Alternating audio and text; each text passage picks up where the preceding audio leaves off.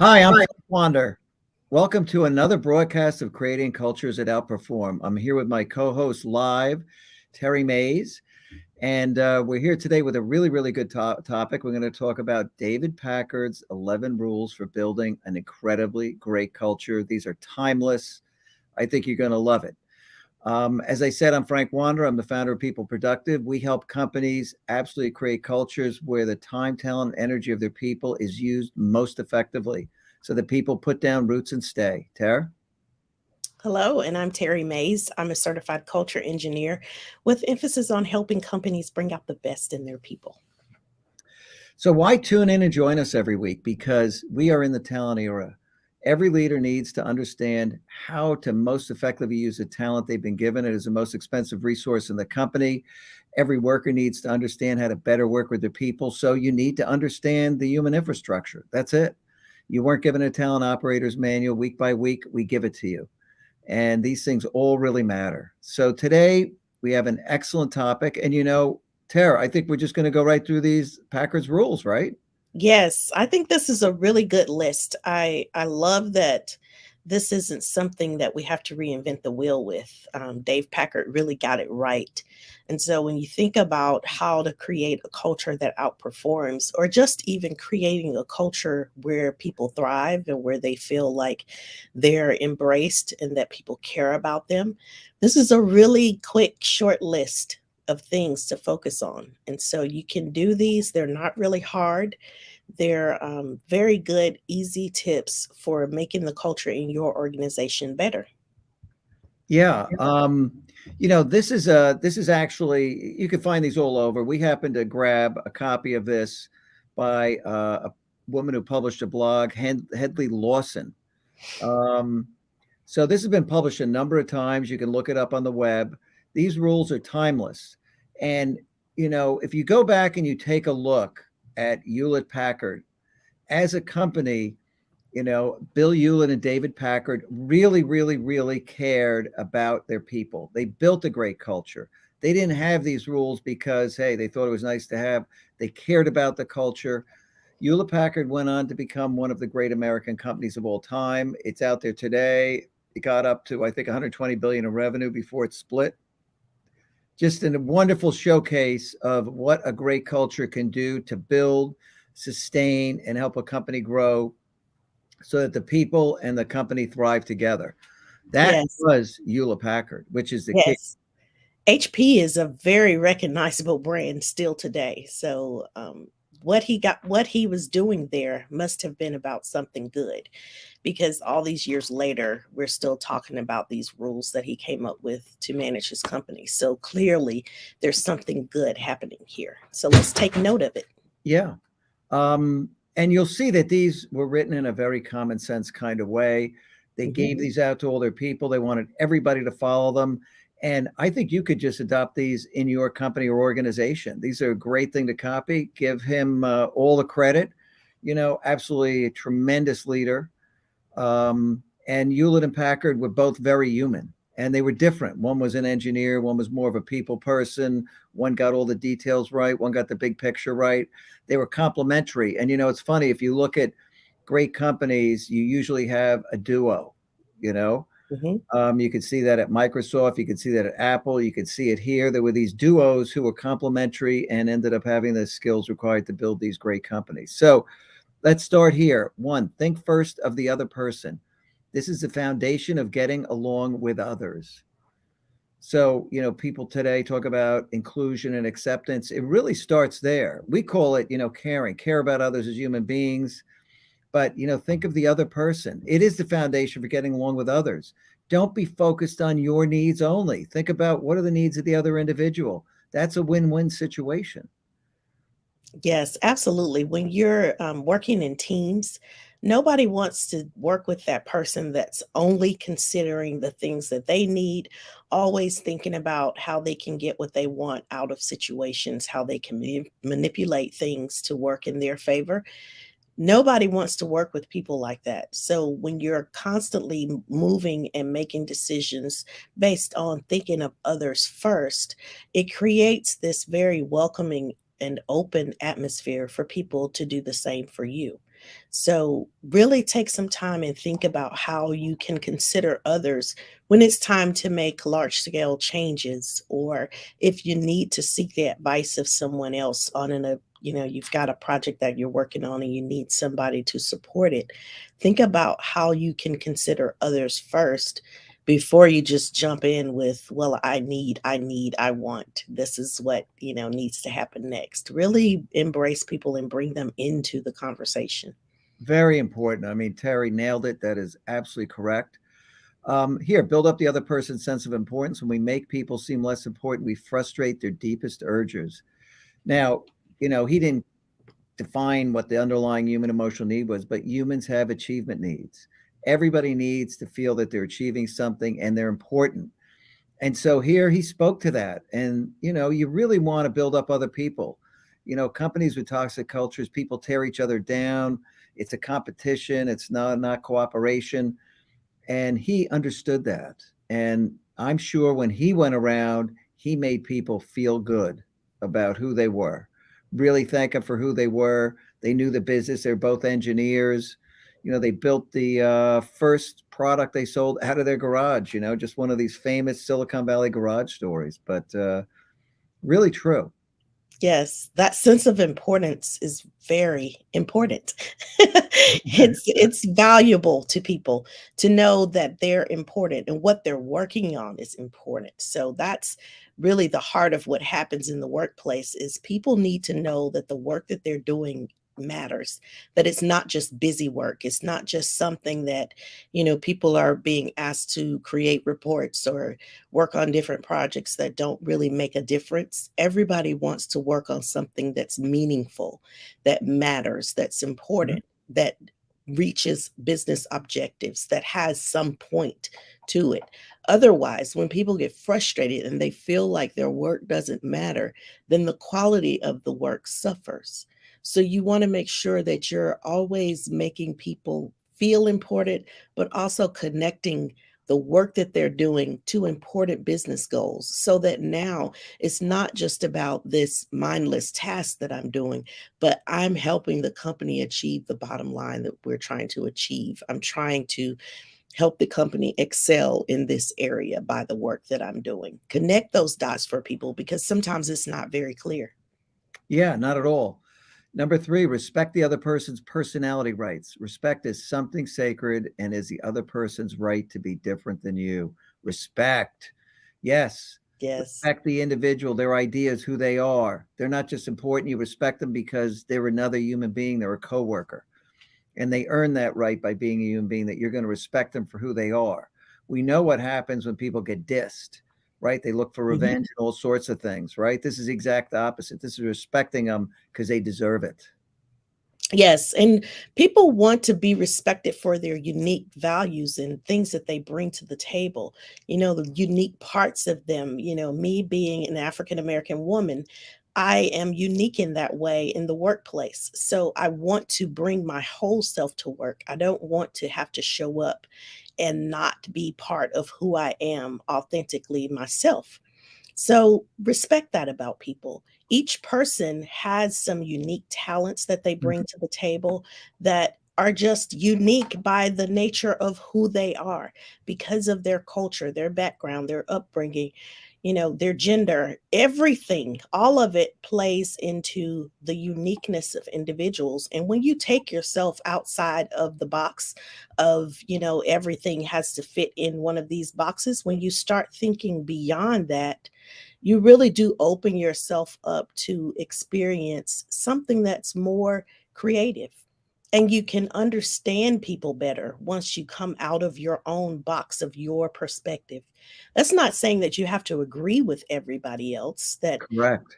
in order to get along. You can certainly work well with people that you don't agree with, but you at least create that atmosphere where people can be authentically themselves and you are willing to at least hear them out, at least allow them to be themselves and really try to understand that other person, celebrating and respecting their personal uniqueness, not requiring that they conform to some image that we've created in our own minds of what's good and bad or the way that things should be or shouldn't be. Yeah. And, when you disagree, you have a culture where people respect one another. It is okay. Cultures where, there is no disagreement. That's not harmony. It's apathy. You need disagreement. You need people to care deeply about what they're doing. They don't have to be right. That means they got to be vulnerable and stand down when, in fact, they're convinced that maybe someone's idea is better than theirs. But respect really matters. Having an open, honest culture, disagreement all plays into it. Give sincere appreciation. If we think someone has done a thing well, we should never hesitate to say so. So, this whole notion of appreciation and gratitude, you want gratitude and appreciation in an organization because that motivates people to do more great work. And what goes around comes around. So that's going to be contagious. That's a great contagion to have in any organization. And when you have the top people saying, hey, this is who we are, this is how we operate, they set that example. Once again, he was going around showing gratitude all the time. And that affected the organization. Look what Hewlett Packard became. I mean, incredible. Yes, and it has to be sincere. I think that's the other key word in showing appreciation. You have to be sincere. People can tell when you're faking it. Oh boy. When Yeah. you don't really care about it, you're just saying, "Oh, yeah, Terry did a great job. Thank you, Terry." And there's no feeling, no passion, no emotion behind it. People can tell. They can tell when you're absolutely doing something because somebody told you you had to, versus having that sincere appreciation that comes from a genuine place in you where you really do want to say thank you. You really do want to show appreciation for whatever activities that person has been involved in. Mhm. So don't try to fake it. That's worse than not saying thank you. It Just really trying is. to fake it is really bad. Don't do that at all. Yeah, be sincere. You've got to mean it when you do it. There's no question. Here's another excellent one. Eliminate the negative. Criticism seldom does what its user intends, for it invariably causes resentment, which will rankle to your disadvantage for years. You're not in the business to criticize people. Leaders should be developing their people. Part of that development is giving them feedback, good and bad. But you want to ask questions. You want to be the coach. You want them to come to the conclusion and say, I could have done that better. People could criticize themselves very well if they're in an environment where you foster that kind of openness. And generally, people know when they didn't do well. So you really don't criticize. You don't want to judge and criticize people. You want to handle it the appropriate way as a coach if you're the leader and make sure they understand, where things could be improved. Right, Tara? Yeah. That negative criticism doesn't help anybody. Nobody wants to be told that they're doing something wrong or that they're not good at something. Like Frank said, a lot of times our internal awareness will allow us to know if we're really good at something or if we really suck. Like we kind of Yeah. already know that. We know. Yeah. You don't really No. need somebody to tell you. When you have that kind of uneasy feeling about what you're doing, typically you already know that, this is not going very well. So as a good leader, you don't want to just point out what they probably already know, but what they really need somebody to do is point out something that they don't know. So showing them how to overcome whatever it is that they're not really good at, how they can improve, how they can, maybe take some courses or some training or sit with a mentor or Mhm. other people in on the team that can help that are better at what they're doing. Be a good leader and help people grow. Don't spend time criticizing people because it doesn't help anybody. It doesn't help the team get better. It doesn't help that person get better. It actually creates a negative atmosphere on the team. And Mhm. so then now people start to withdraw. They don't want to bring their whole self to work.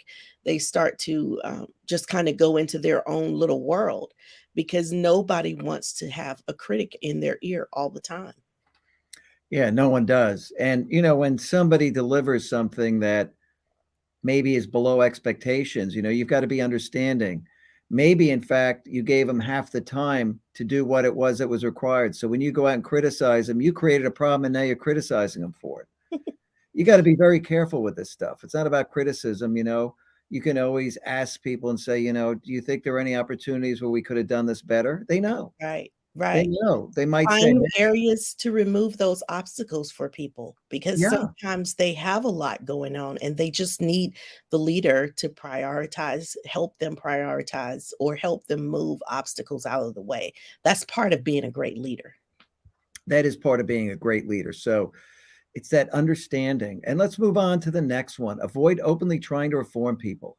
This is rule number 6. Every person knows he or she is imperfect, but they don't want someone else trying to correct their faults. The world has moved on since this time. I guess these rules came out probably in the 40s or 50s. I don't know the exact date they issued David Packard's rules at Hewlett Packard, but now we call it acceptance, right? We accept Mhm. people for who they are. Our thinking is a little bigger these days. But he was on the money. He said, accept people for who they are. Don't try to reform them. You know how difficult it is for you to change yourself. Don't try foolishly changing other people. It isn't going to work. And you are going to build huge resentment. So true. So very true. Beyond that, too, I think when we try to reform people into what we think they ought to be or have them conform into some person that we think they ought to be, we really limit the ability of that person. We overlook the things that they have to offer as not good enough. And that creates such a terrible atmosphere on a team when people Uh, feel like they're not good enough the that way kills that the they are. vibe. Yeah, absolutely. It totally kills the vibe. So you don't want to make people feel like they have to fit a mold in order to be accepted on the team. People need to know that they can be who they are and be accepted for who they are and what they bring to the table. Now, there's something to be said for people that are toxic, right? So you have to Yep. address that. We're not talking about just accepting toxicity into the environment as a norm. You don't want to do that. But you really do have to let people be themselves and learn how to gain better insights from that person by seeing a different perspective, opening your mind to see that maybe I'm not right. Maybe I think I'm right, but maybe I'm not. Let Right. me open up and be willing to hear a different perspective, be willing to see something that maybe I couldn't see before. But none of that happens if you have an environment full of people that are just like you. You really do have to have a diverse environment with different, diverse thought more than Right. anything else, not Diverse necessarily points just of view. Exactly. right, Diverse not experience, diverse points of view. I mean, that's what creates a yes, great yes. set of outcomes. Absolutely, and it's not just about having diverse, people. No. Sometimes it's about just having people that have a difference of opinion, a different way of looking at things, a different, perspective. So when you get people in the room together, it really brings sides that I've seen it happen many times where it's just because you're from a different background, you had a different upbringing, you totally see the same problem in a different way. You totally see the solution in a different way. So use that to your advantage. Don't allow closed mindedness to keep you away from the very best team that you can have. Yeah, big time. Well said, Tara, again. Thank So you. you're welcome. Rule number 7, try to understand the other person. When you begin to see the whys of another person, you can't help but get along. This is a famous rule. You've got to get in to know people. They are more than their job. You got to understand more about their life, where they come from. And when you understand those whys, you're going to find common ground, ways to get along. You're going to appreciate who they are, maybe their struggles, what they overcame in life to get where they are. Everybody's traveled a different road. Get to know the whys. This is real Yes. wisdom here. No question. Everybody has a story. Everybody has a story. Some path that they've taken to get to the place that they are now, something has happened in their past to form them into the person that they are now. And many times those are fascinating stories. So take time to get to know people, not just, prying into people's business. That's not what we're talking about, but actually sitting down to have a genuine conversation to get to know people. Frank and I are probably a really good example of this. In we spend time doing the show, but we also spend time just talking about random stuff. Yeah, Just we do. It's fun. yeah, we just talk about random stuff. It has nothing to do with nothing, but we just enjoy having conversations. And as a Yeah. result, I think that translates into the work that we do together because it's not just, me and this stranger that I don't know anything about, but because we spend that time off camera together, we have a pretty good chemistry on camera. And it's the same way at work. Yeah. We spend time with people in social settings, in break times, in just having a meal together or having coffee or whatever it is, taking a walk. When you spend time with people doing other activities than work, that co- cohesion and relationship flows into the work and it just makes the work better. Oh God, it improves the speed of work, right? When people can actually work together in a comfortable, relaxed, trusting way, things just Yes. move along much faster. All that friction is gone, becomes much more fluid. It's an incredible enhancement for a company's culture. And if you're Yes. a leader, try to actively build those relationships, get people together, get them to open up with one another, create environments and opportunities for people to get to know one another. If you're an individual contributor, you know, take somebody out for coffee, start conversations, get to know them. You can. Yes. Absolutely. So, number 8, check first impressions. This one is great because people jump to conclusions about other people. They're not true. We're especially prone to dislike some people on first sight because of some vague resemblance to someone else who we have reason to dislike. Follow Abraham Lincoln's advice. I do not like that man, therefore I shall get to know him better. I mean, that's just great advice. Yes.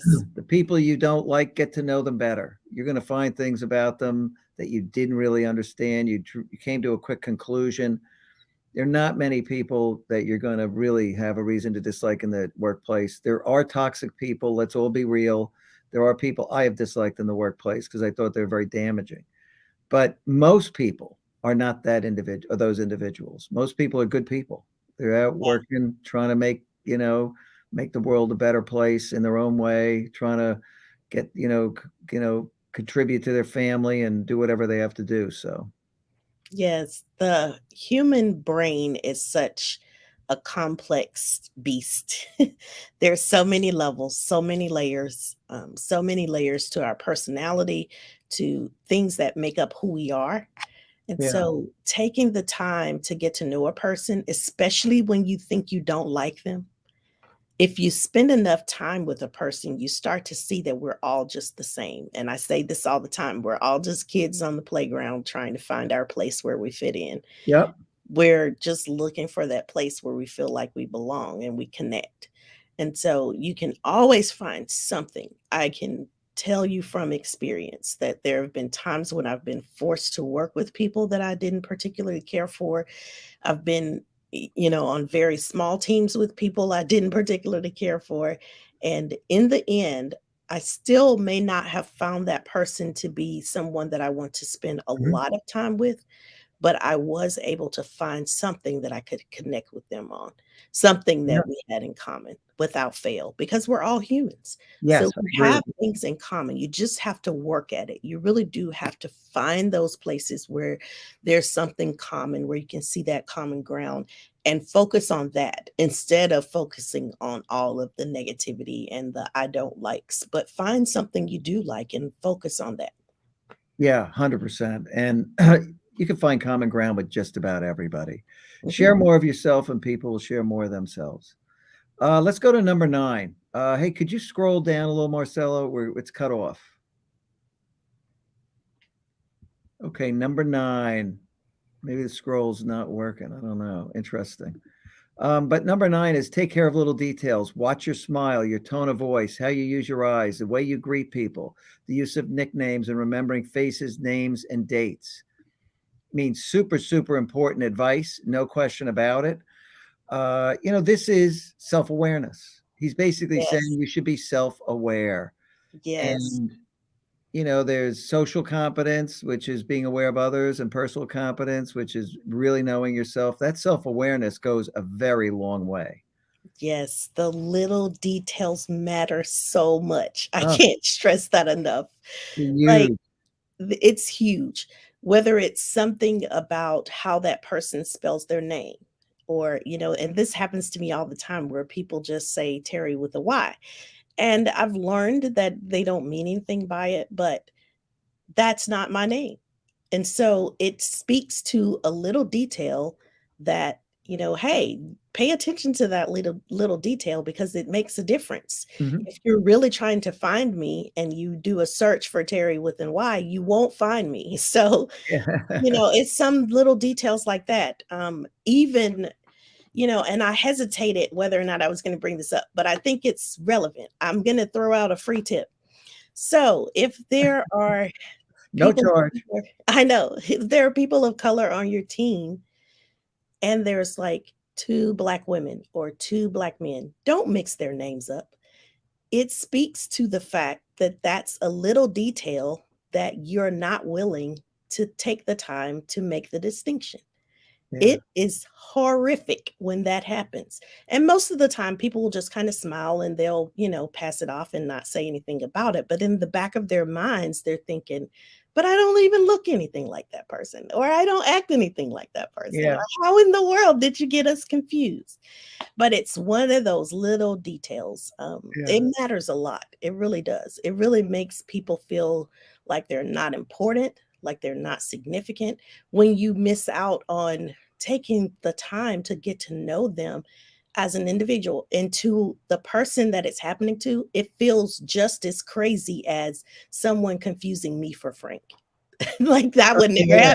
happen. Or me saying my co-host Susie. Oh, I mean, Right. Exactly. right. Exactly. You'd be Blunderous. better off not using a name at all if you don't remember, but Yeah. don't try to fake it on those details because the details, it's always the little things. I don't know if you've seen that movie, The Little Things, but it's always the little things that get you. I'll tell you, as the years went on and I'd start a new company, I wasn't as quick remembering all the names.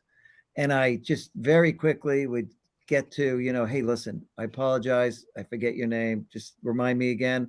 Mhm. And, then I'd remember. Yeah. But I didn't want to fake it or guess. That's just the Right. worst thing to do, right? Right. Absolute worst. And I think that shows to your willingness to take the time because, right, it's going to be a time investment to get into the details. And not everybody is into the details, but there are some things that you have to get into the details about because they really matter.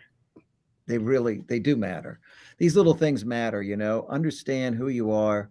If you're not good at names, you can certainly study them a little bit, put a little extra effort in so that all the names of the people in your organization. You can do it. Takes a little bit of time. Number 10, develop genuine interest in people. You cannot successfully apply the foregoing suggestions unless you have a sincere desire to like, respect, and be helpful to others. So you got to care about other people as human beings. You got to care about everybody. And, boy, he was way ahead of his time. I mean, that was a Yes. great culture. I guess they got to the point where it was a little bigger, the organization, and they needed a culture. And he wrote these rules down because that's who he was. And that's the way they operated. I mean, that's a great rule. You should care about other people. Humans can feel if you care about them. They Yes. can, because it's called warmth. There's a sincere type of warmth when you go up to somebody with a genuine interest in who they are, or you actually care about them by helping them, supporting them and helping them be successful. People get it, and you got to do that. Yes, absolutely. It And I matters. think you hit the nail on the head, that sense of that warmth that you feel from people. Remember, we're energy beings, our bodies emit different frequencies. So when you're in a room with someone, you feel that. Even in this podcast, people can feel that whether or not we're being genuine, sincere, Yeah, that all comes through in our conversation and body language. So remember that, body language is like 90% of what we're saying. Only 10% is what's coming out of our mouth. yeah. So people can feel what you're saying. They can tell when you're being genuine and when you're not. So take the time, be genuine. And if you can't be genuine about it, don't do it. Yeah. I mean, only the worst human beings can hide the way they feel. Generally they're dangerous people, psychopaths, sociopaths, Mhm. extremely egotistical people, narcissists. I mean, these people can really kind of hide their feelings. Many of them don't have a conscience. So they can lie to your face and look sincere about it. But very few people in the world can get away with it, honestly. People are going to know what your true feelings and intentions are. They're going to feel them. They're going to sense that you weren't being authentic, whatever it is. That's why you got to really care about the people. It Mhm. matters. Care. Care about them as people, care about their success, especially if you're in a leadership role. Then you got a team of people to care about, and you got to care about them equally. You do. You don't want to give your best person all the really good assignments so that they get all the respect. You want to make sure other people have an opportunity to shine. You got to really be fair. You got to treat them equally. You got to care about them. You got to do all these things because they are very important. I love the fact they got it right. And Rule 11, by the way, says do these every day. Keep Yes. going, right? Because, keep it up. The key to a values-based organization is constant repetition. And that's true. That means living those values. You live them every day. That's what they're saying. Yes. Yes. So our key takeaway for this week, and Marcelo, you can bring up the slide, is to give you kind of a pocket version that you can use. So feel free to take a screenshot of this and just keep it with you as something that you can use for reference. These takeaways, we really intend for you to do something with the information that you're getting on these shows every week. So re- our request for you, so your move is that you practice at least one of these every day. Like just take one, work on it until you feel like you have accomplished that. Like you really have become sincere, that you're kinder, you're eliminating the negativity in the room.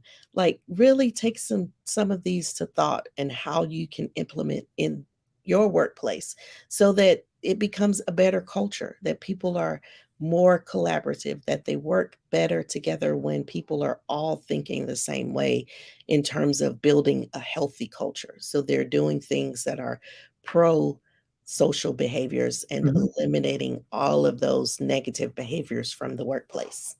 Boy, that matters, I'll tell you. There is no doubt, do one a day. Think about it. The most important one is to care about other people. That's where it all begins. And, he ends with what you should be doing every moment of every day. You got to care about the other people. If you really sincerely care about them, a lot of those other things just happen, Yes, right? very They're a true. result of you caring about them. When you care about them and they did something good, you're going to show gratitude. You're going to accept them for who they are. You're going to be inclusive. You're going to do all the good things. And that's really what matters. Next for our next episode, actually, please join us. We're going to be covering working memory, how it impacts human performance. Humans have a certain amount of conscious memory to actually do real work in while they're thinking, and it's limited. And because it's a limited resource, you should understand what it is and how it best gets used in the workplace. It's very important. So we'll see you next Wednesday. Yes. See you live next Wednesday. Yep. Thanks for coming. Thank you.